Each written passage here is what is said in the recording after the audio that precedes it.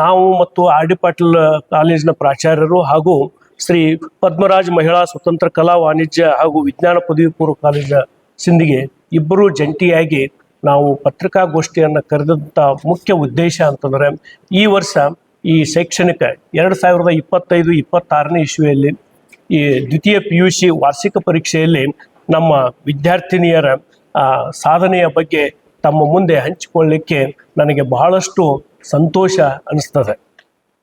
ಆತ್ಮೀಯ ಮಿತ್ರರೇ, ಸಿಂದಗಿ ಶೈಕ್ಷಣಿಕ ಕಾಶಿ ಎಂದು ಹೇಳುವಂತೆ ನಮ್ಮ ಶ್ರೀ ಪದ್ಮರಾಜ ವಿದ್ಯಾವರ್ಧಕ ಸಂಸ್ಥೆ ಸಾರಂಗಮಠ ಸಿಂದಗಿ ಇದರ ಅಡಿಯಲ್ಲಿ ನಡೆಯುತ್ತಿರುವ ನಮ್ಮ ಶ್ರೀ ಪದ್ಮರಾಜ ಮಹಿಳಾ ಸ್ವತಂತ್ರ ಪದವಿ ಪೂರ್ವ ಕಾಲೇಜಿನ ಪ್ರಗತಿಯ ಬಗ್ಗೆ ಈ ಮೂಲಕ ಎಲ್ಲ ಮಾಧ್ಯಮ ಮಿತ್ರರಿಗೆ ತಿಳಿಯಪಡಿಸುವುದೇನೆಂದರೆ, ಈ 2025-26ನೇ ಸಾಲಿನ ದ್ವಿತೀಯ PUC ವಾರ್ಷಿಕ ಪರೀಕ್ಷೆಯಲ್ಲಿ ನಮ್ಮ ಶ್ರೀ ಪದ್ಮರಾಜ ಮಹಿಳಾ ಪದವಿ ಪೂರ್ವ ಕಾಲೇಜಿನ 151 ವಿದ್ಯಾರ್ಥಿಗಳು ಹಾಜರಾಗಿ ಅದರಲ್ಲಿ 50 ವಿದ್ಯಾರ್ಥಿನಿಯರು ಅತ್ಯುನ್ನತ ಶ್ರೇಣಿಯಲ್ಲಿ ತೇರ್ಗಡೆಯಾಗಿದ್ದಾರೆ ಅಂತ ಹೇಳಲಿಕ್ಕೆ ನಿಮ್ಮ ಮುಂದೆ ನಾನು ಹೇಳಲಿಕ್ಕೆ ಬಹಳಷ್ಟು ಸಂತೋಷ ಅನಿಸ್ತದೆ.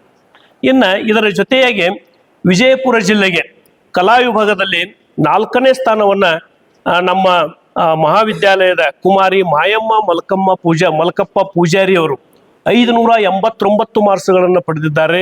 ಅಂದರೆ ಅವರ ಪರ್ಸೆಂಟೇಜು 98% ಆಗ್ತದೆ.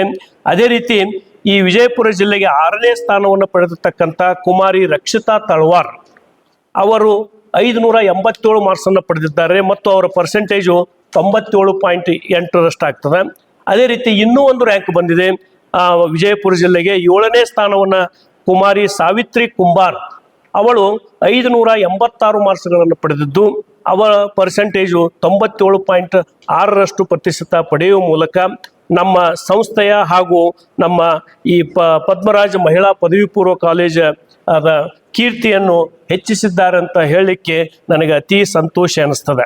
ಇನ್ನು ನಮ್ಮ ಮಹಾವಿದ್ಯಾಲಯದ ಒಟ್ಟು ಫಲಿತಾಂಶ 98.68%.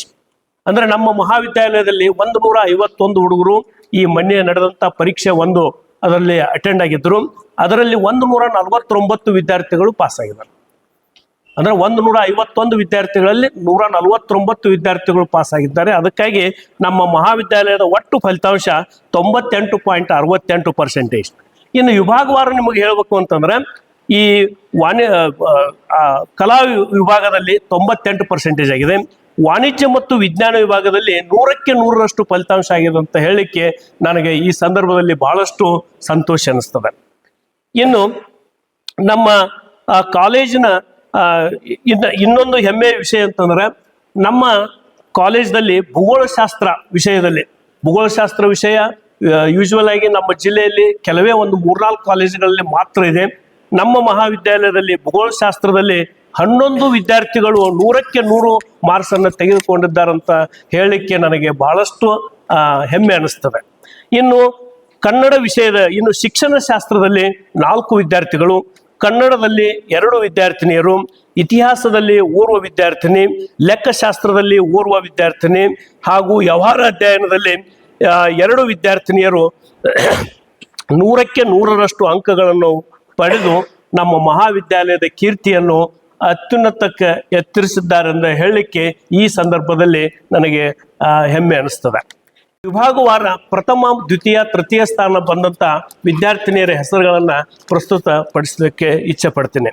ಅದರಲ್ಲಿ ಇದೀಗ ನಾನು ರ್ಯಾಂಕ್ ಬರೆದದ್ದು ಅದೇ ವಿದ್ಯಾರ್ಥಿನಿಯರು ಮಾಯಮ್ಮ ಮಲ್ಕಪ್ಪ ಪೂಜಾರಿ 98.16ರಷ್ಟು ಪಡೆದು ನಮ್ಮ ಮಹಾವಿದ್ಯಾಲಯಕ್ಕೆ ಪ್ರಥಮ ಸ್ಥಾನ ಪಡೆದಿದ್ದಾಳೆ. ಅದೇ ರೀತಿ ರಕ್ಷಿತಾ ತಳವಾರ್ 97.83ರಷ್ಟು ಪರ್ಸೆಂಟೇಜ್ ಪಡೆದು ಮಹಾವಿದ್ಯಾಲಯಕ್ಕೆ ದ್ವಿತೀಯ ಸ್ಥಾನವನ್ನು ಪಡೆದಿದ್ದಾಳೆ.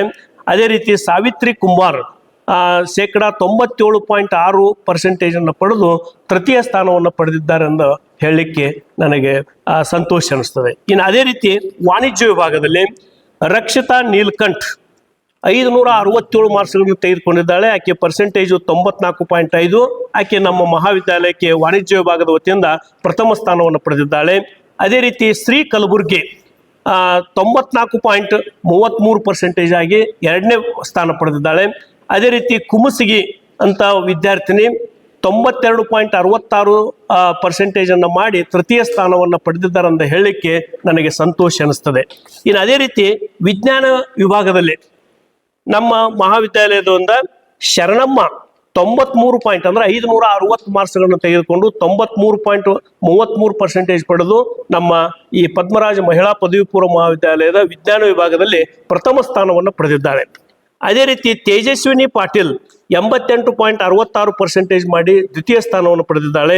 ಹಾಗೆಯೇ ಭೂಮಿಕಾ ಬಿರಾದರ್ 87.33% ಪಡೆದು ಮೂರನೇ ಸ್ಥಾನವನ್ನು ಪಡೆದಿದ್ದಾರೆ. ಈ ರೀತಿ ನಮ್ಮ ಮಹಾವಿದ್ಯಾಲಯದ ಸಾಧನೆಯನ್ನು ತಮ್ಮ ಮುಂದೆ ಪ್ರಸ್ತುತಪಡಿದ್ದೇನೆ. ಈ ಒಂದು ಸಮಾರಂಭಕ್ಕೆ ನಮ್ಮ ಸಿಂದಗಿ ತಾಲೂಕಿನ ಎಲ್ಲ ಪತ್ರಕರ್ತರು ಹಾಗೂ ಅಧ್ಯಕ್ಷರು ಎಲ್ಲರೂ ಬಂದು ಈ ಒಂದು ಪ್ರೆಸ್ ಮೀಟಕ್ಕೆ ನೀವು ಸಹಾಯ ಮಾಡಿದ್ದಕ್ಕಾಗಿ ಮತ್ತೊಮ್ಮೆ ತಮ್ಮೆಲ್ಲರಿಗೂ ಧನ್ಯವಾದಗಳನ್ನು ಹೇಳುತ್ತಾ ನನಗೆ 4 ಮಾತುಗಳನ್ನು ಮುಗಿಸ್ತೀನಿ.